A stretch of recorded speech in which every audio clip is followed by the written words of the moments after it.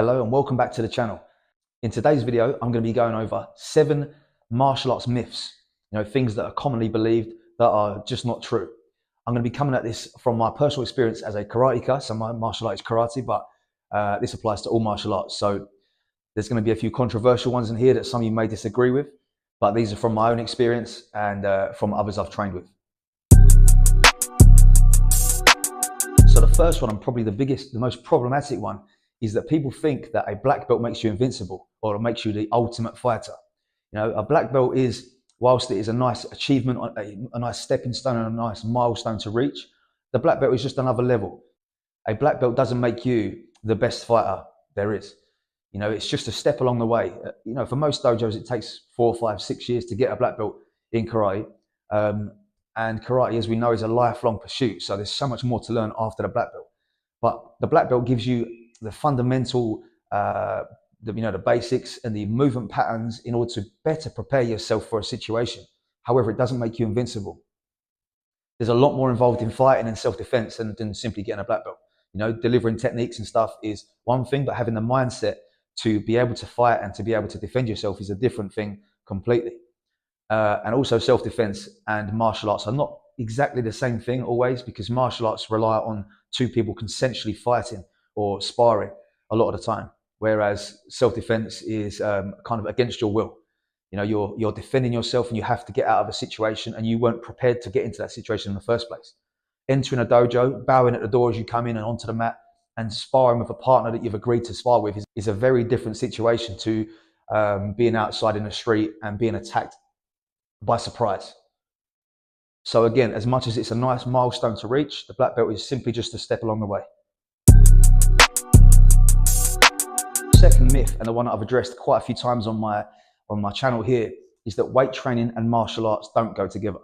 Okay, a stronger body is going to perform everything better. The argument often is like, you see a bodybuilder, a heavily muscled bodybuilder fighting against maybe a trained martial artist. And of course the martial artist wins because the bodybuilder doesn't have experience. This is not talking about pure bodybuilding against martial arts. This is talking about a martial artist who also does weight training. Okay, so they have the fundamental techniques and the martial arts experience in addition to the extra strength and muscle and size that comes with weight training. Adding a strength program or a weight training program or a bodybuilding program to your martial arts can only benefit. It doesn't slow you down. It makes you faster. It makes you stronger. It makes you more resilient to injury. And it can also make you more flexible and mobile if you're using full range of motion in your exercises. All athletes from high level sports, they all have strength training programs, because nowadays we understand that strength training is important to improving performance. And it's not just simply about doing a few press ups and a few sit ups and a few squats in a dojo. This is not enough. It's a start maybe, but it's not enough for a well-rounded, well-structured, progressively overloaded training program. It's important to make sure you have that in your setup if you want to get the most out of your martial arts.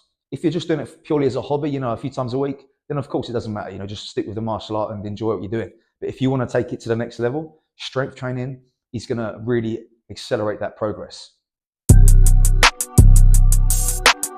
Just very quickly before we go on, I'm now in a partnership with Art Martial Clothing, a martial arts lifestyle brand who produce all kinds of clothing with martial arts designs on, really nice looking designs. Okay, at the moment I'm wearing their Fundamentals range t-shirt, and I've also got their Fundamentals tracksuit bottoms on, which are really nice and flexible, and I can move really well in them.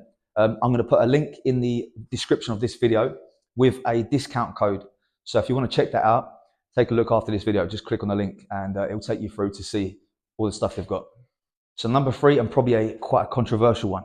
This is more karate specific, but it also happens in Taekwondo and a few other martial arts as well, traditional martial arts.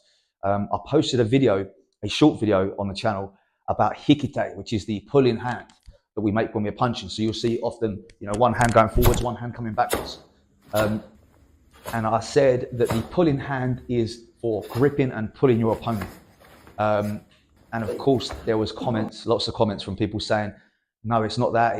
It's for generating more power, which has been debunked a number of times by many highly respected sensei. It's even documented in old texts from, Funakoshi himself, that the hand is for pulling the opponent into strikes and stuff, and for grappling. Karate is not purely a striking art. as much as people think it is. Karate has a lot of grappling, especially if we look in the kata. You know, why would you have one hand returning to the hip and one hand extended as a punch? It makes no sense. You know, a boxer wouldn't do this. And if it's the best, most efficient way of punching, then a boxer would take that on, because surely a boxer would want to punch in the best way possible. You know, a boxer would have their hands up, guarding the face. We should do the same. You know, if we don't have a grip on their wrist, their collar, their sleeve, their head or something, then keep the hand up next to the face as we're punching. You know, we don't need to make a hikite to make more power. You can make the same kind of power without making hikite at all. This hand is next to the face, guarding, and the front hand can do the work. The argument is that it assists the rotation of the body, but we can still rotate the body without that hand coming back. You know, you can still work on rotating that body without this hand doing any kind of work. It feels stronger because there's feedback inside your body. You receive feedback because you feel that nice pull against.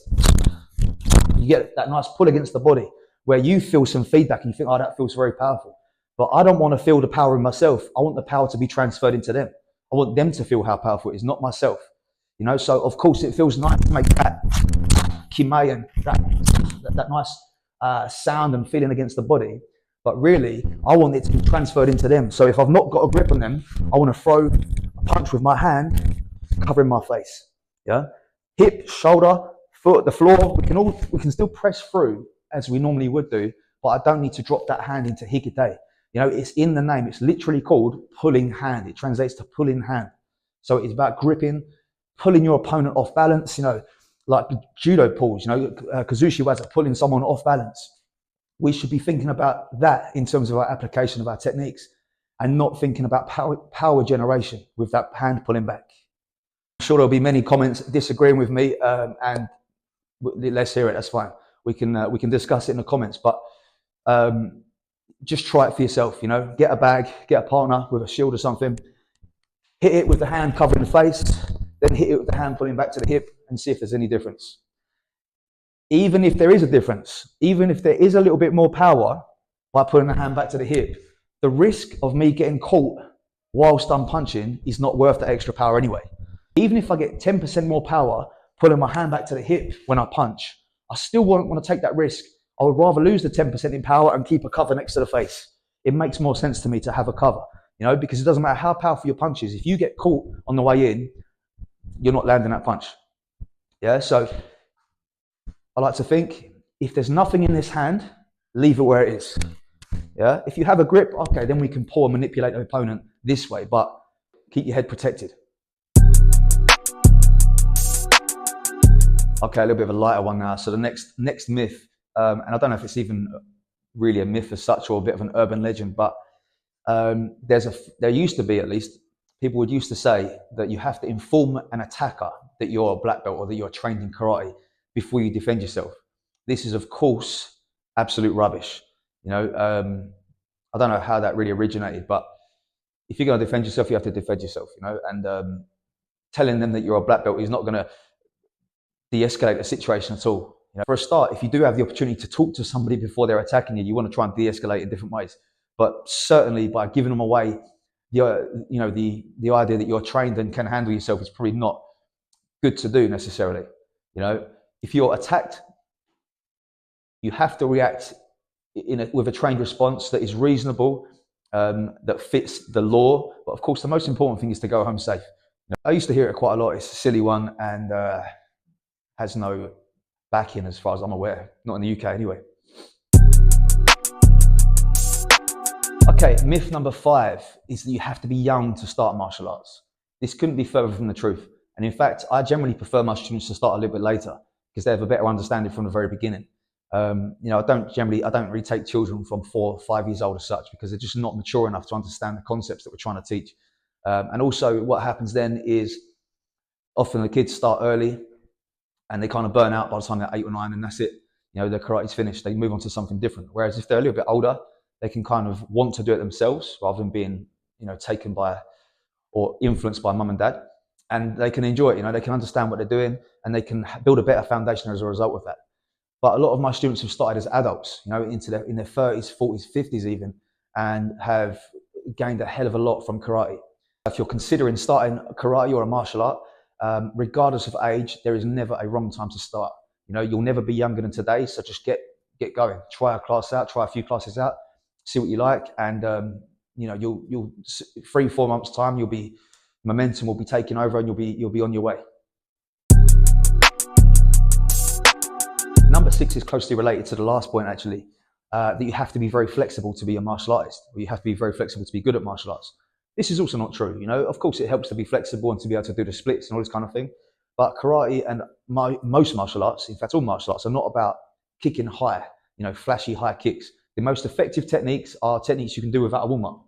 Because, of course, if you're going to try and defend yourself, you've not got the luxury or the opportunity to warm up beforehand. So flexibility is nice. Of course, it's good for your health to be more mobile and more flexible. And it's, of course, more enjoyable to be able to throw higher kicks and stuff.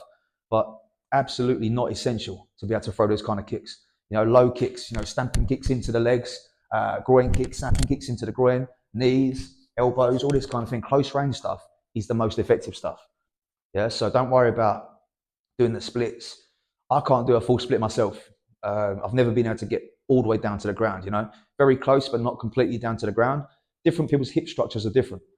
Some people's hips will allow it a little bit easier. Others may not. It hasn't affected me. You know, my kicks are fine, and my karate has not been affected as a result of that. There's a lot more that goes into being a good martial artist than simply high, flexible kicks.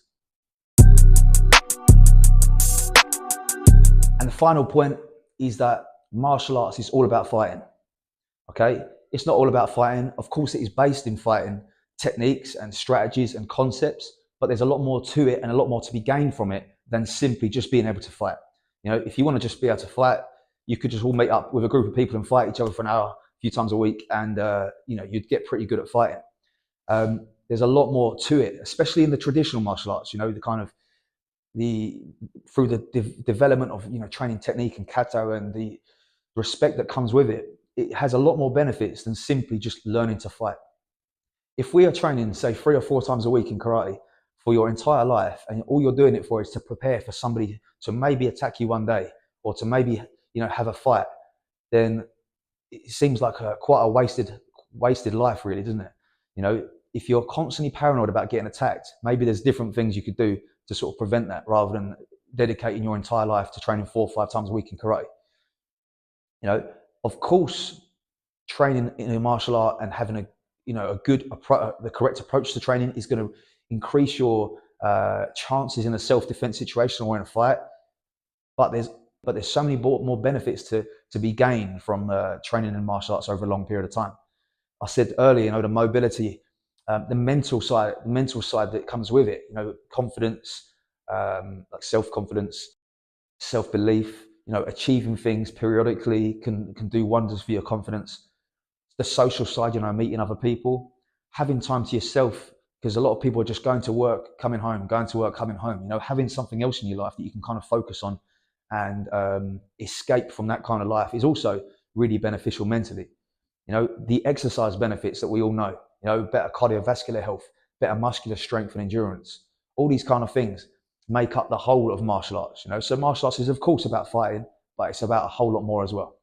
Go and check out some of my other videos on here. Click on my channel, go and check them out.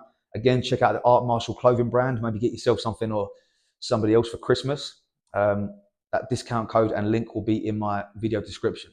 So I'll see you next time. Thank you very much.